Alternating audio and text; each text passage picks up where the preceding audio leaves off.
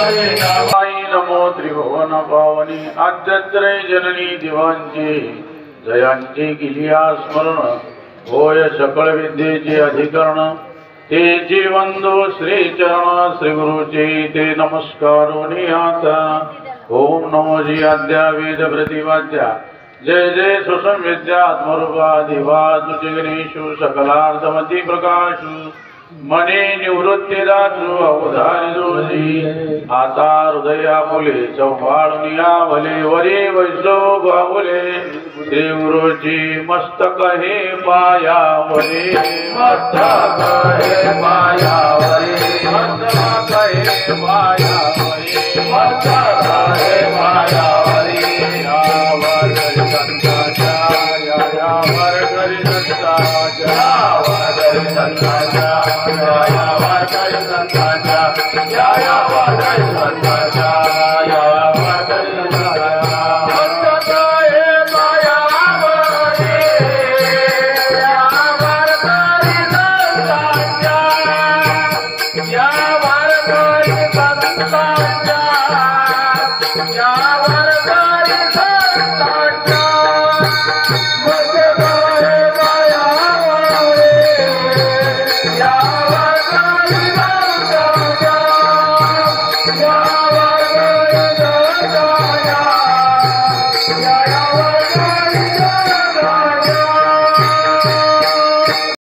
वारकरी संतांच्या गाय माझी वाणी मानेल संताशी रंजवू चित्ताशी आपुलिया योंत प्रविश्य ममाभिमां प्रसुप्तां संजीवयत्किल्य शक्तिधर सुदाम्ना अन्यौच हस्तचरण श्रवणत्वगादी प्राणान् नमो भगवते पुरुषाय तुभ्यं क्षणोक्षणाची करावा विचार करावया पार भव सिंधू नाशिवंत देह जाणार सकळ आयुष्य खातो काळ सावधान विठला विठला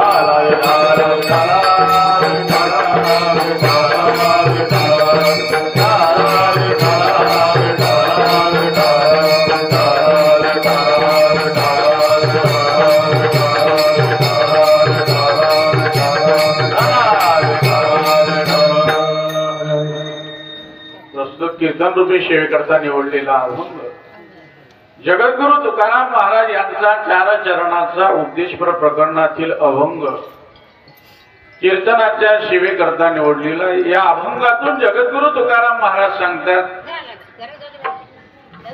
तुम्हाला आपल्याला मानवी देह प्राप्त झालेला आहे आणि मानवी देह प्राप्त झाल्यानंतर विचार करण्याची शक्ती तुमच्या आपल्या ठिकाणी ज्ञान आहे.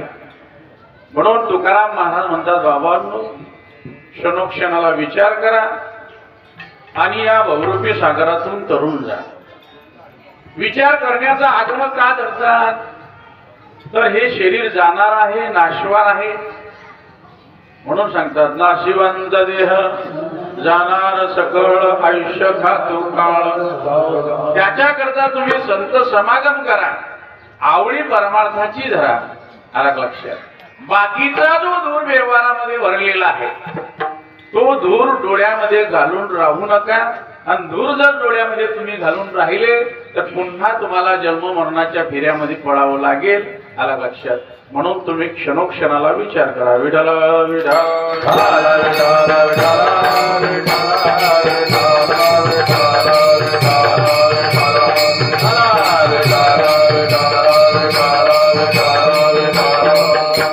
आपल्या या भुसावळ शहरामध्ये आणि हे तुकाराम नगर, तुकाराम नगर मध्ये राहणारे आपल्या महादेव मंदिराजवळ आमचे हरिभक्तपरायण श्री वैकुंठवासी बाळू चांगो जावळे यांच्या तेरवीच्या निमित्तानं आणि ही कीर्तनाची सेवा त्यांचे बघा सुपुत्र हरिभक्तपरायण किरण बाळू जावळे आणि हरिभक्तपरायण कमलाकर बाळू जावळे आणि गंगा भागीरथी शोभा बाळू जावळे समस्त जावळे परिवार यांनी या कीर्तनाचा कार्यक्रम या ठिकाणी आयोजित केला.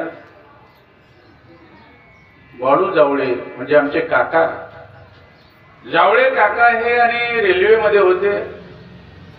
सेवानिवृत्त जवळजवळ 15-16 वर्ष आणि सेवानिवृत्त होऊन त्यांना झाले. हा जावळे परिवार म्हणजे फार भाविक, परमार्थिक. आला लक्षात? आपल्या बघा मुलावर आणि बाळू काकांनी चांगले संस्कार टाकले, लक्षात घ्या. पण माणसाला मरण आल्यानंतर जावं लागतं. कारण मी नेहमी सांगत असतो, येथे नाही उरो आले ईरती भामर जीव गेले. आला लक्षात? त्यांनी हे घराणं म्हणजे सुसंस्कारित घराणं. दोघं मुलं सर्व्हिसला आहेत. आला लक्षात? आणि सुखी आनंदी असा परिवार आहे, परमार्थिक आहे. विठ्ठल विठ्ठल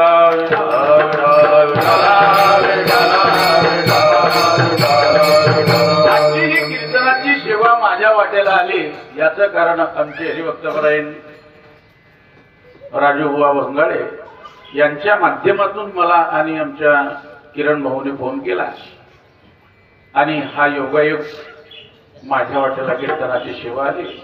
भगवान परमात्मा जशी बुद्धी देईल त्याप्रमाणे थोडक्यामध्ये आणि कीर्तनाची सेवा करण्याचा प्रयत्न करतो. आमचे श्रीराम मंडळ मधील बघा नगर मधील आणि ही टाळकरी मंडळी आलेली आहे. गायक वादक वगैरे आमचे सुशील भाऊ चौधरी आहे. आला लक्षात? सर्व पाहुणे मंडळी आहेत. जावळे परिवारावर प्रेम करणारे सर्व नातेवाईक पाहुणे मंडळी या ठिकाणी प्रेमाची मंडळी जमलेली आहे. विठ्ठल विठ्ठल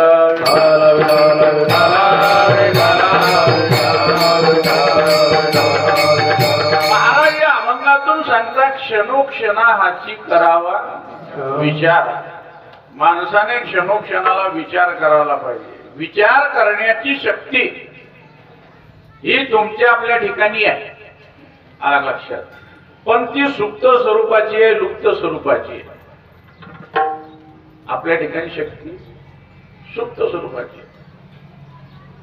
आणि ज्ञान आपल्याला केव्हा प्राप्त होते? जेव्हा गुरुच्या द्वारे आपल्याला उपदेश मिळतो तेव्हा ज्ञान प्राप्त होते. आपण शाळेत जातो लहान असताना, पहिले आपले गुरु जर कोण असेल तर आई वडील आहे. पहिली आई आहे, लक्षात घ्या. आणि दुसरे वडील आहे, नंतर आपले गुरु शिक्षक. डायरेक्ट आपल्याजवळ जर पुस्तक दिलं तर आपल्याला ते येणार नाही, कारण गुरुकडून ज्ञानाची प्राप्ती. तस हे जे ज्ञान होतं हे संस्कृत मध्ये होतं. हे ज्ञान लोकांना कळत नव्हतं. मग ज्ञानोबरायांनी काय केलं? लोपले ज्ञान जे की हित नेन ते कोणी, अवतार पांडुरंग नाव ठेविले ज्ञानी. लक्षात घ्या. म्हणजे प्रगट करण्याकरता आणि ज्ञानोबरायची तुमच्या आपल्यापर्यंत सामान्य जीवापर्यंत हे ज्ञान प्राप्त व्हावं लक्षात म्हणून सांगतात ज्ञान बघा ज्ञानी यांचा गुरु राजा महाराज आला लक्षात मनसी ज्ञानदेव तुम्हाला काढण्याकरता एक उदाहरण सांगतो. प्रभू रामचंद्राने 5 लोकांना सीतेमातेचा शोध करण्याकरता पाठवलं. नळ नीळ हनुमंत जांबुवंत आणि सुग्रीव हे फिरत फिरत समुद्राच्या काठी आले. काठी आल्यानंतर त्यांना कळालं की सीते मातेचा आणि हरण रावणाने केलाय. पण हा समुद्र ओलांडून उल्लंघन करून कोण जाणार आहे बरं. जांबुवंत होऊ लागला आपल्याला काही जमणार नाही. काही म्हणू लागले मी अर्ध्यापर्यंत जाईन पण जाणार पुढे जाणार नाही. मध्येच मुचकंगड्या खाईल आला लक्षात. सर्व तसेच म्हणू लागले. मग हनुमंतराय सुद्धा म्हणू लागले मला जमणार नाही. मग हनुमंतराय म्हटल्यानंतर जांबुवंताने आणि म्हटलं हनुमंतराय बाकीचे म्हणतात यात काही नवल नाही पण तुम्ही म्हणावं. अहो तुम्ही सामान्य नाही. जन्मताची बाळपणी गिरूप आहे वासर म्हणे लक्षात घ्या. बाळपणीची तू गेला सूर्याला आपल्याला कथा भाग माहित आहे. मग सर्व जो कथा भाग झालेला जांबुवंताने हनुमंताच्या समोर ठेवला. ठेवल्यानंतर हनुमंतरायनं काय केलं बरं नुसतं जय श्रीराम म्हटलं. जय श्रीराम म्हटल्यानंतर हरी करोनी ओढान गेले रंगेचे शोधन गेले रंगेचे शोधन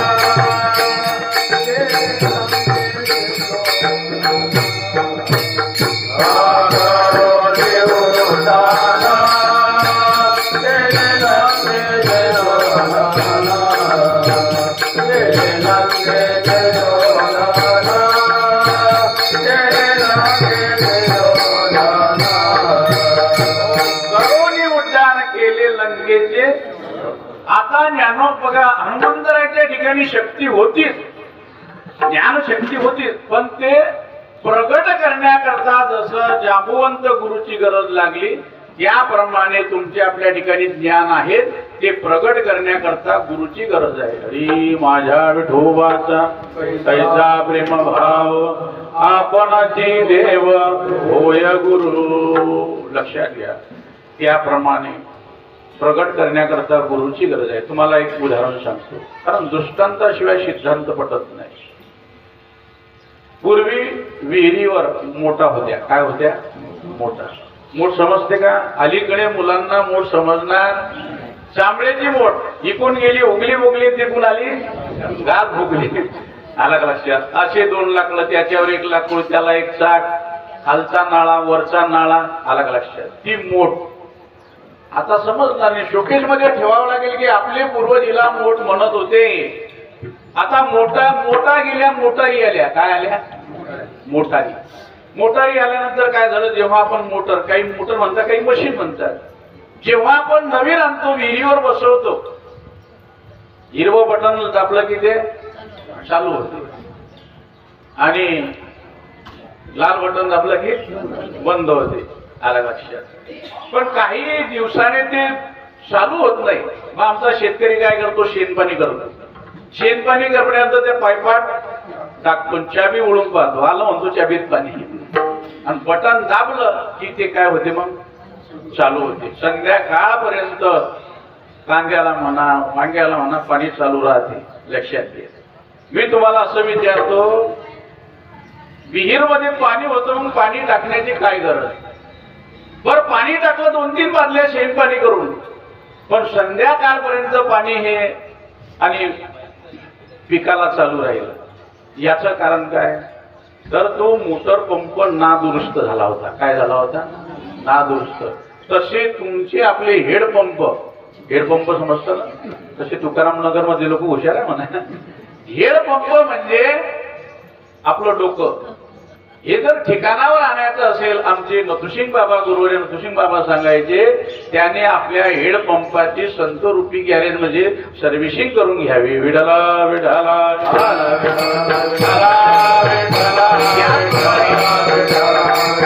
आणि संतांकडे गेल्याशिवाय ते ज्ञान प्राप्त होत नाही. आता हा झाला दृष्टांत. काय झाला? दृष्टांत. आता सिद्धांत म्हणजे काय? तर मोटके गुरुमुखे उदयाची दिसे, हृदयी स्वयंभूची असे, मग प्रत्यक्ष पाहू लागे आपसया. आला लक्षात? आपल्या हृदयामध्ये, माणसाच्या मना, स्त्रीच्या मना, हृदयामध्ये काय आहे?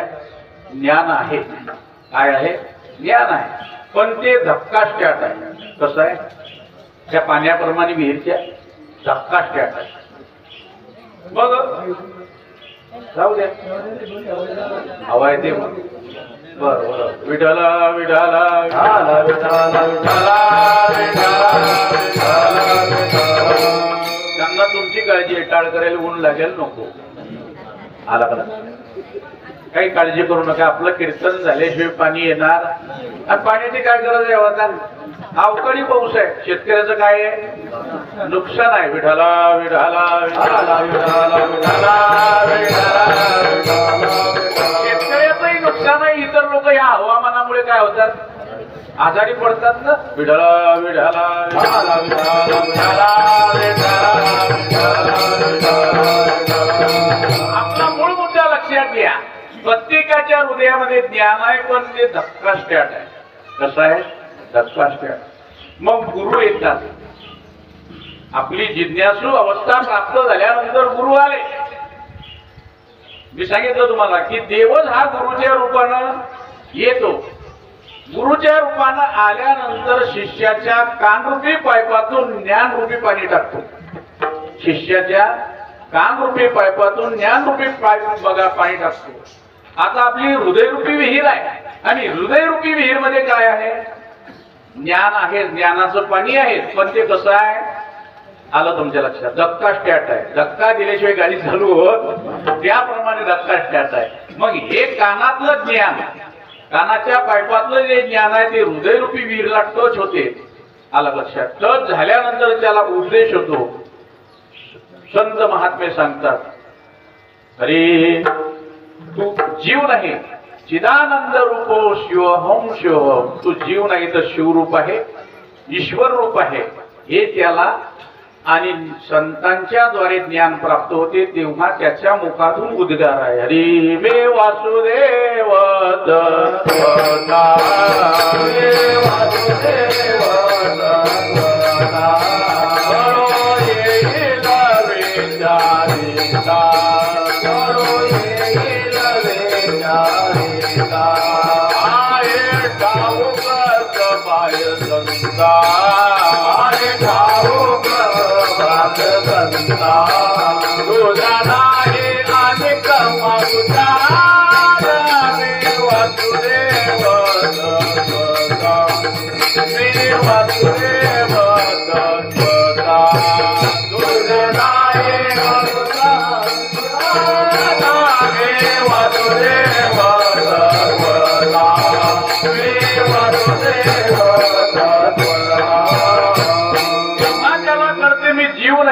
ईश्वर स्वरूप आहे. हे ज्ञान कोणामुळे झालं?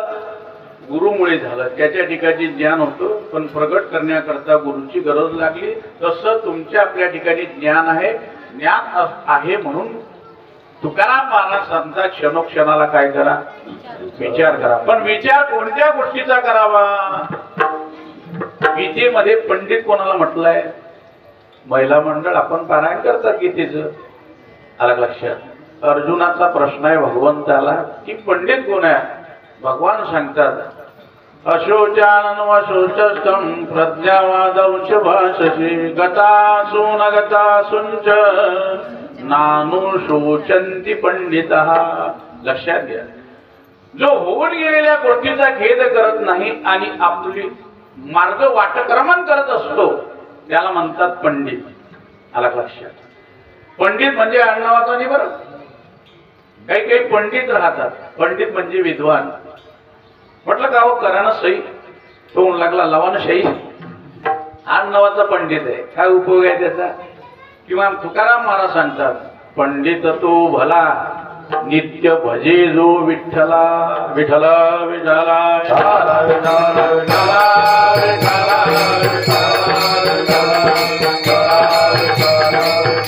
पंडित त्याला म्हणतात जो भगवंताचं चिंतन करणार आहे. लक्षात घ्या. मूर्ख कोणाला म्हणतात? अज्ञानी मूढ. आला लक्षात? मूढोयम नाभिजानाति. आला लक्षात? मामेभम परमवेयम. मूढ जरी असला तरी तो या मार्गाला लागला. अर्जुनाला भगवान म्हणतात तरी त्याचा उद्धार होत जातो. आला लक्षात? मूढ म्हणजे मूर्ख, अज्ञानी. अज्ञानी म्हणजे तो काय बोलतो हे त्याला कळत नाही, दुसऱ्यानं सांगितलं ऐकत नाही, त्याला समजत नाही, याला म्हणतात मूढ म्हणजे मूर्ख. आला लक्षात? म्हणजे जो मागच्याच गोष्टीचा विचार करत राहतो तो मूर्ख आहे. आता जे होऊन गेलेलं आहे त्याच्या गोष्टीचा विचार करणं काय गरजेचं आहे? गेले होऊन नचले आता किंवा वाहिल्या उद्वेग दुःखाची केवळ भोगणे ते फळ संचिताचे. आता जे होऊन गेलं ते होऊन गेलं, पण आपला जो भोग आहे तो संचिताचा, तो भोगावाच लागणार आहे ना. कशाला विचार करतो? पुढच्या गोष्टीचा विचार कर. एक मुलगा 10वी नापास झाला. आता तर मुलं 10वी नापास होता का तुमच्या भुसावळमध्ये? अहो सुश्रीत नाही, कुठेच नाही. पहिली पासून जो 12वी पर्यंत काय आहे? पासच आहे. पूर्वी 3 महिने परीक्षा होत होती, 6 महिने, 9 महिने, 12 महिने अभ्यास करावा लागत होता. आता काय सगळं मोबाईल झालं, ऑनलाईन. आला लक्षात? सर्व 10वी 12वी पर्यंत चालले पुढे. विठाला विठाला विठाला विठाला विठाला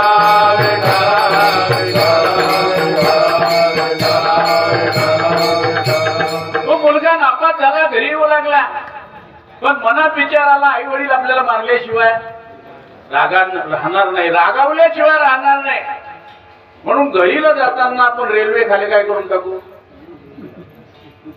जीव देऊन टाकतो. हा त्याच्या मनात विचार आला. आला लक्षात?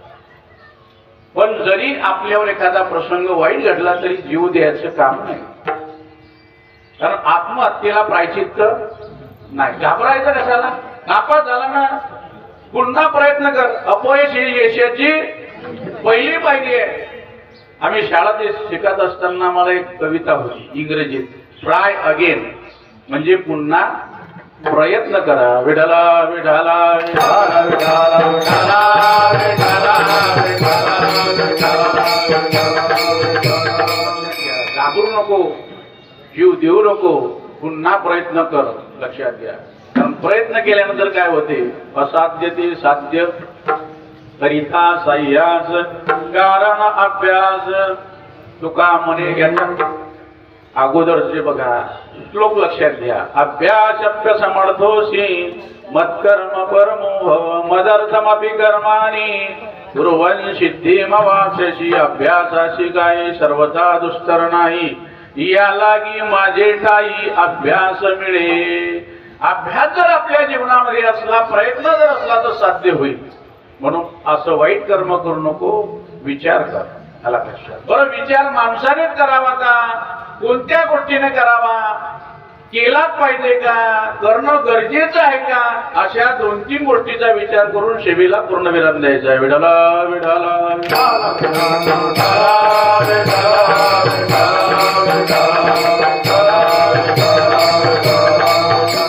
लक्षात घ्या. भगवान परमात्म्याने पूर्वी तेने अनंते निज मायेची निहाते केली बहुत शरीरे, एकी केली भूचरे एकी चैली जलचरे चरे अचरेची येते. भगवंताने भूचर खेचर जलचर प्राणी निर्माण केले, पण त्या प्राण्याला पाहून भगवंताला आनंद झाला नाही. पण जेव्हा भगवान परमात्म्याने हे मनुष्यरूपी शरीर निर्माण केलं, त्याच्यामध्ये ज्ञान घातलं. बाहुल्य मनुष्य देही गज ज्ञान घातले पायी, येणे ज्ञाने देही विधी हाती पावती. अशा प्रकारे भगवान परमात्म्याने शरीर निर्माण केल्यानंतर देवाला आनंद झाला. त्या शरीरामध्ये ज्ञान घातलं. त्या ज्ञानाच्या योगी आपल्याला जीवनामध्ये कोणती गोष्ट प्राप्त करून घेता येते. विठाला विठाला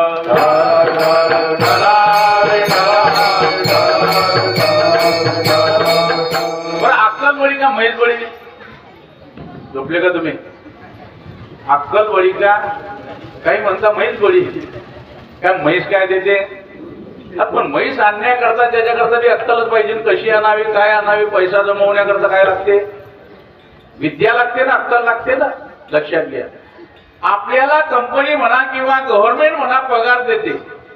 जो काही सर्व्हिसवाला मनुष्य आहे त्याला त्याच्या शरीरावर पगार आहे का ज्ञानावर पगार आहे? ज्ञानावर. अहो, लहान मुलगा आहे एखादा बारीकसा 3-3.5 फुटाचा, पण त्याला कंपनी 1 लाख रुपये पगार आहे. आणि त्याच्याच वाड्यातला आहे 6 फुटा अडदान आहे, ठेंगा घेऊन बसतो कंपनीच्या पुढे. काय त्याला म्हणतात? सिक्युरिटी. बोलत जाणं सिक्युरिटी गार्ड. त्याला 10,000 रुपये. हा त्याच्यापेक्षा लहान आहे, शरीरानं बारीक आहे, वयानंही कमी आहे, पण हवा येईल तर उडी जाईल. पण 1 लाख रुपये पगार आहे. हा पगार शरीरावर अवलंबून, हा त्याच्या बुद्धिमत्तेवर अवलंबून आहे. विडाला विडाला विडाला विडाला त्या माणसाच्या ठिकाणी. पण ज्ञान असल्यानंतर सुद्धा माणसं जनावराप्रमाणे वागू लागले, काय उपयोग आहे? कुठेही घाण करावी, काही खावं, काही बोलावं, कसंही वागावं, काय उपयोग आहे त्याचा? या जनावरांमध्ये त्याच्यामध्ये काय फरक आहे? वाया भार वाहे वृषभ. वृषभ म्हणजे बैल. बैल काय करतो? भार वाहतो, ओझं वाहून नेलं त्याचं काम आहे. शेतकऱ्यानं त्याच्या मालकानं त्याला चारा टाकला, मग तो चारा खातो. शिल्लक राहिलेल्या चाऱ्यावर जाऊन बसतो. त्याला माहित आहे का उद्याच्या दिवशी आपल्याला कामाईन हे? नाही, त्याच्या ठिकाणी ते ज्ञानच नाही. आला लक्षात? तसं काही माणसाच्या ठिकाणी ज्ञानच नाही. आला लक्षात? कळतं पण त्यांना वळत नाही. ते म्हणतात ना, जन्माला हेलान पाणी वाहता वाहता काय उपयोग आहे त्याचा? आला लक्षात? एकादशी करावी का न करावी, कसं वागावं, काय वागावं, हे कोणाला कळेल? ज्याच्या ठिकाणी ज्ञान आहे. दुसऱ्या नाव ठेवून काय उपयोग आहे का? म्हशीच्या आणि बैलाच्या कधी दिंड्या गेल्या का पंढरपूरले? की बैलाने घेतलं मुर्दम वाजवत निघाला? नाही. त्यांना ज्ञानच नाही ना, कसं करावं, कसं बोलावं, काय करावं, भगवंताची भक्ती करावी का करू नये. तुम्हाला काढण्याकरता एक उदाहरण सांग. मी नेहमी सांगत असतो, एका माणसाकडे गाढव होता.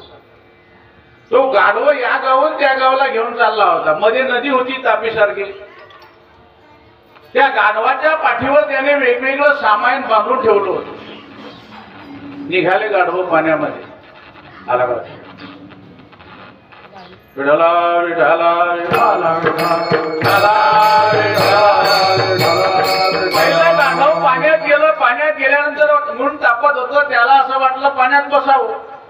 ते गाढव पाण्यात बसलं, पण त्याच्या मालकानं त्याच्या पाठीवर मिठाच्या 2 गोण्या बांधून ठेवल्या.